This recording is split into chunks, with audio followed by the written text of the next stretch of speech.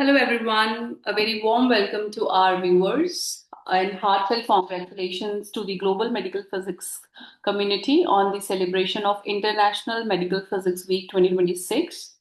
IMPW 2026 is a wonderful initiative in Oceania to recognize the individual contribution of medical physicists in ensuring safe, effective, and innovative healthcare.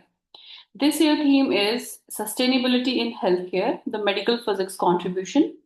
This theme highlights how our field can actively contribute towards building a more sustainable, efficient, and environmental friendly, responsible healthcare.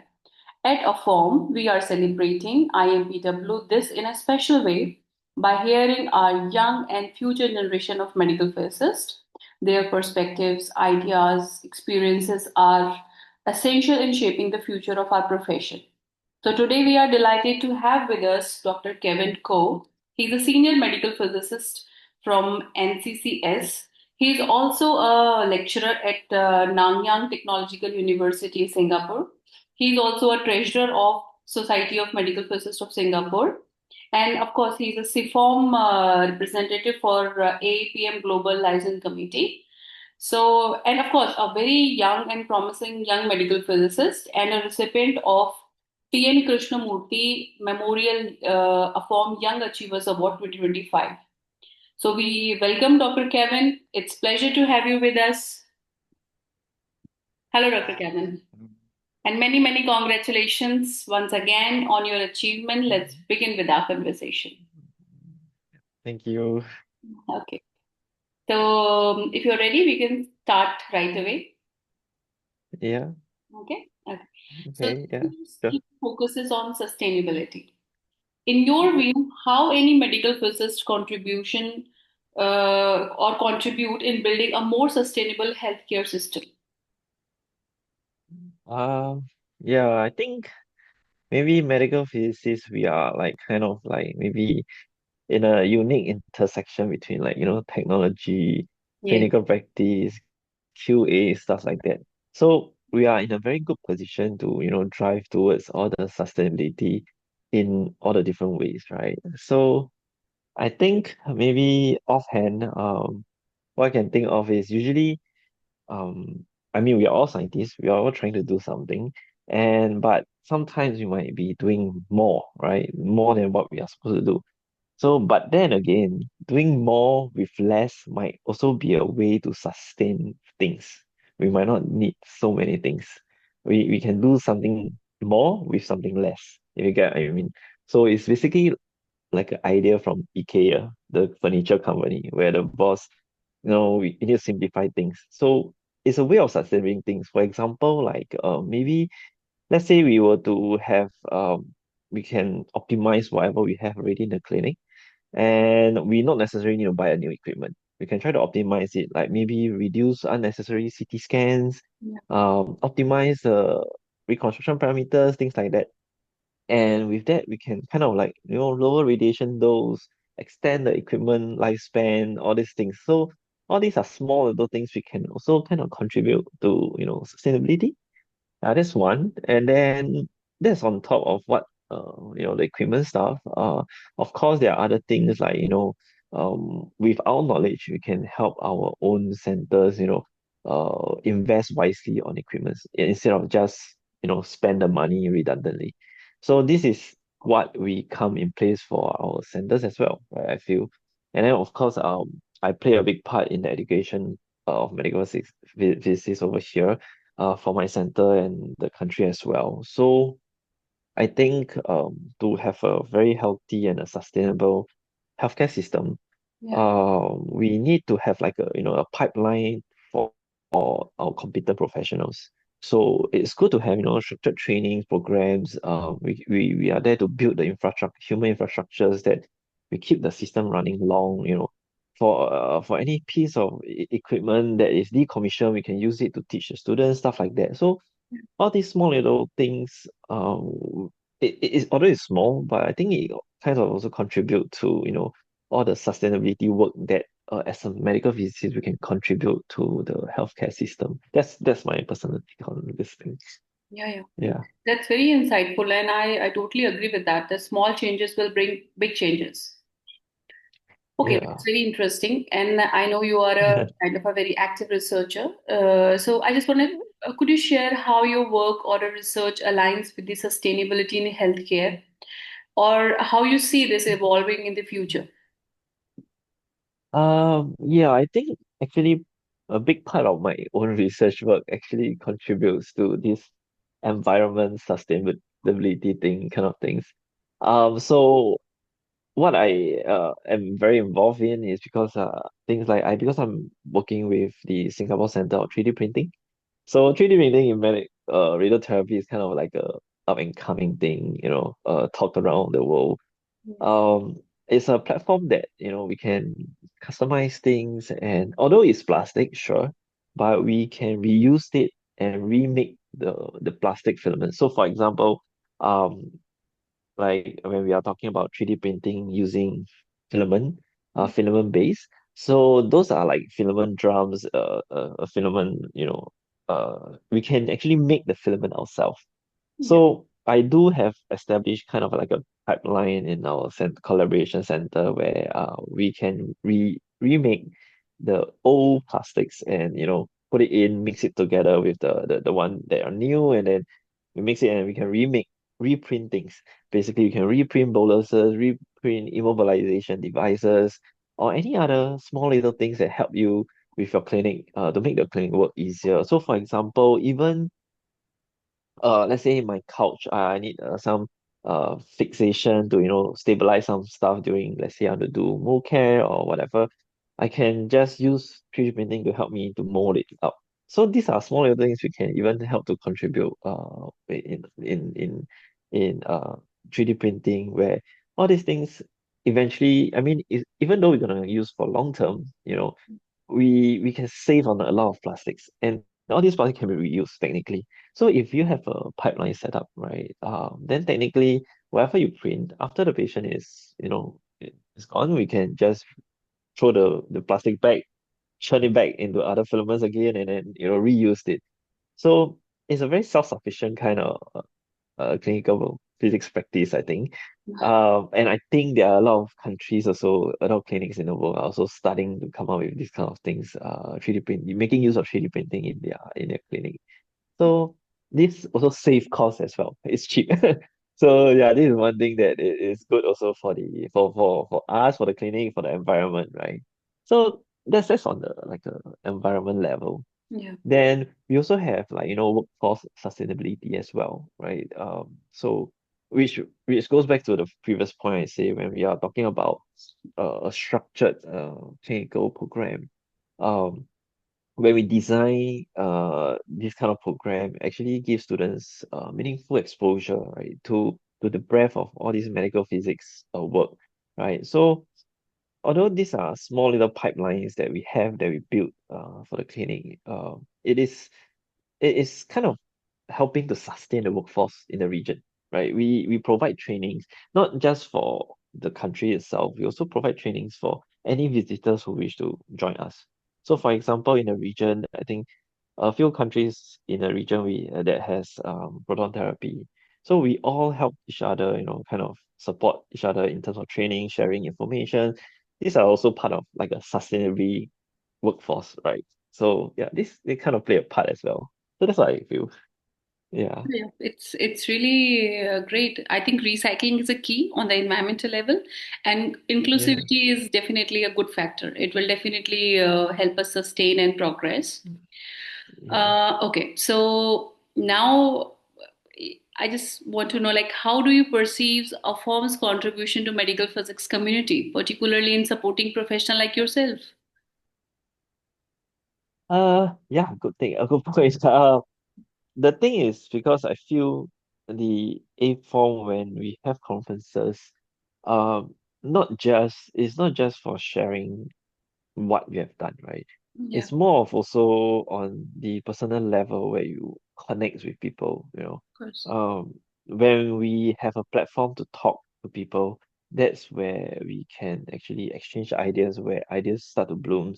Yeah, Um, we get to meet different people from different resource settings. We have people from different regulatory environments, different difficulties, all the different clinical realities that it might not be applicable to me, but it seems small to me, but to another clinic, it might seem so huge, Yes, right? So, with this understanding, through AFOM, this kind of platform, we know what and how we can help every each and one of us, right? I mean, we some of the centers are very established, some of the centers are not so established, right? But at the end of the day, even established centers, they somehow not everybody is perfect, I feel, definitely. There some of here and there we are like still lack of something. So with this platform, everybody can exchange idea and kind of also help you to implement back into your own clinic.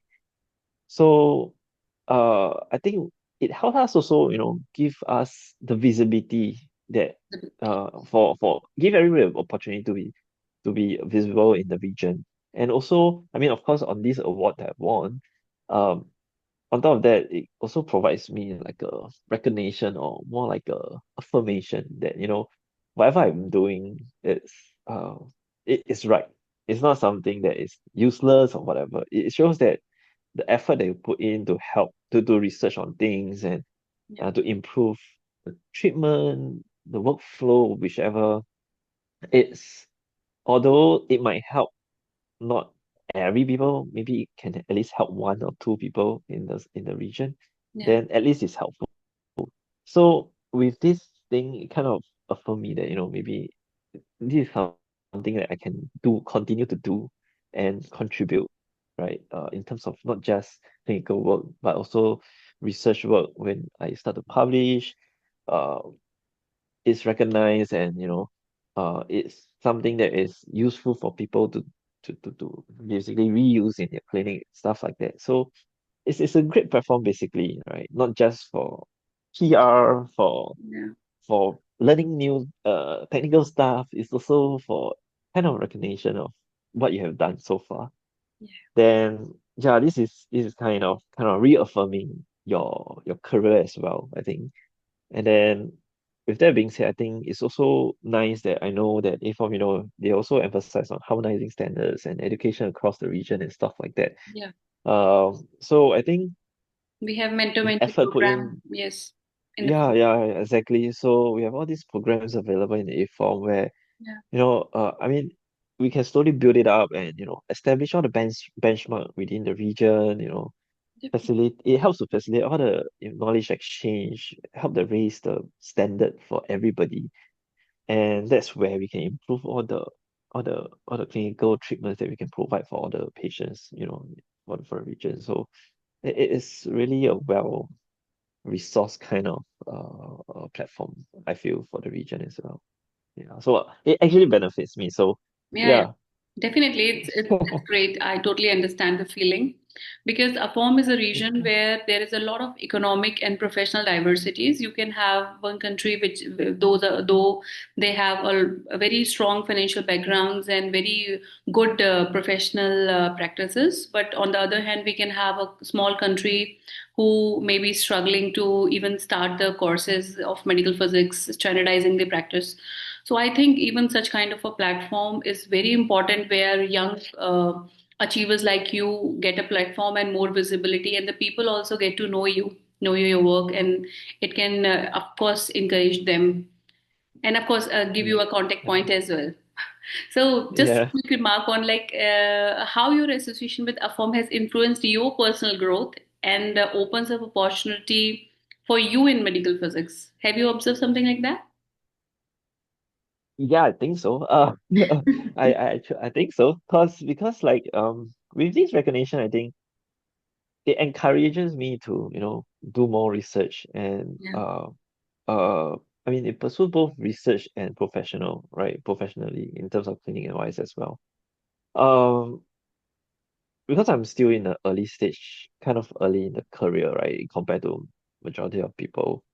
Um Sometimes you're not sure if you are on the right track, whether whether the things you're doing is right or not, yeah, whether is it meaningful, yeah, right? All you see right now is only within your own clinic.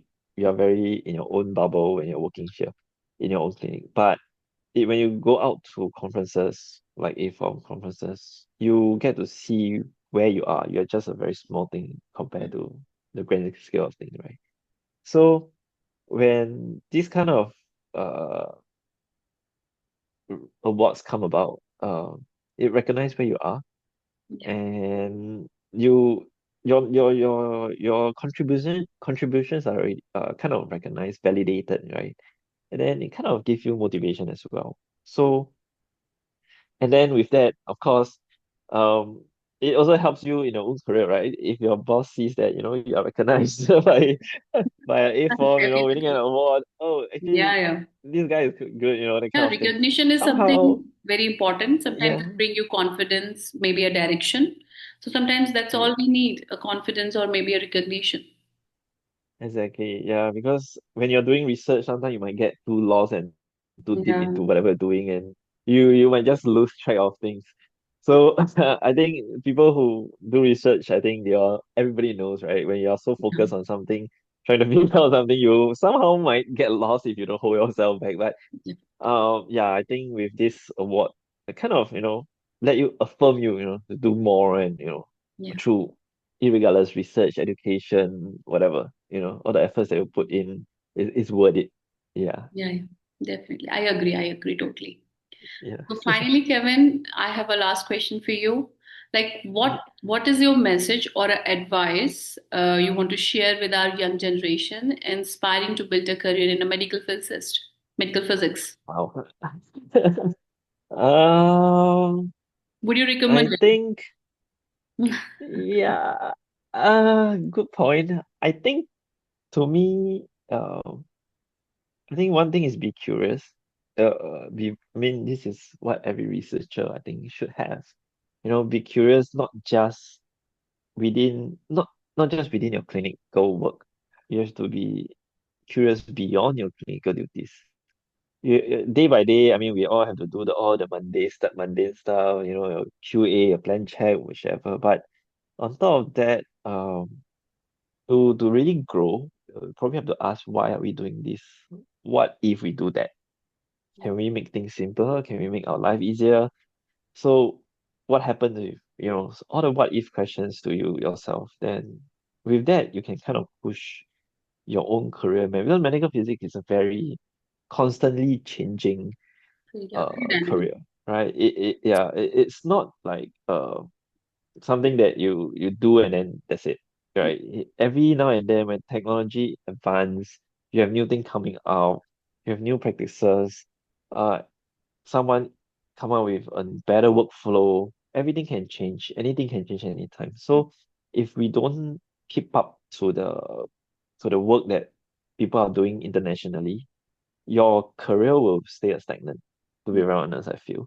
So to keep being curious and reading up and know what other people are doing is a good way to build your own career and not be stagnant and too comfortable. Sometimes you are just too comfortable, right? I mean, even myself, you might get comfortable sometimes. Right? I mean, yeah, but of course not to be burned out. Doing too much that you burn out yourself, pace yourself and stuff like that, right? And of course also be active. I feel like, let's say even if you're young, people ask you to join the committee or something. Uh, I think it's a good time to join, to even learn. Even you are not, like, maybe you are not saying contributing a lot. At least you get to learn from people, right? Be active too with all the conferences, with the region, community people, get involved with all these kind of things that is related to radiotherapy or medical physicists in a whole. Then you get to know what is going on technically, right? Yeah, and basically, I think the last one probably is to invest in relationship.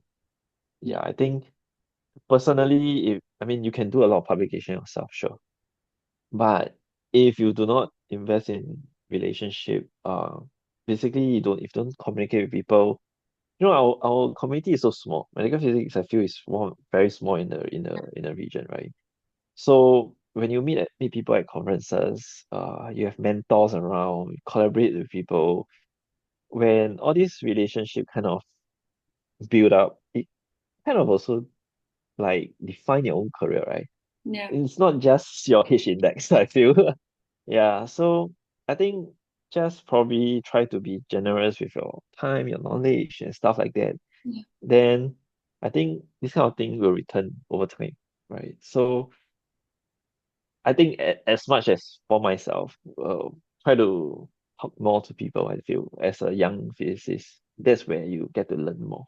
Yeah. Yeah, that's what I feel. Yeah, I couldn't agree more, Dr. Kevin. I totally agree that balance is the key. And of course, our field is very dynamic. So we have to be somebody who keep learning. And of course, we have Yeah, to be always on our toes to learn something new. And of yeah, course, balance relationship, social relationship with work give you a balance and sustainability in your own field.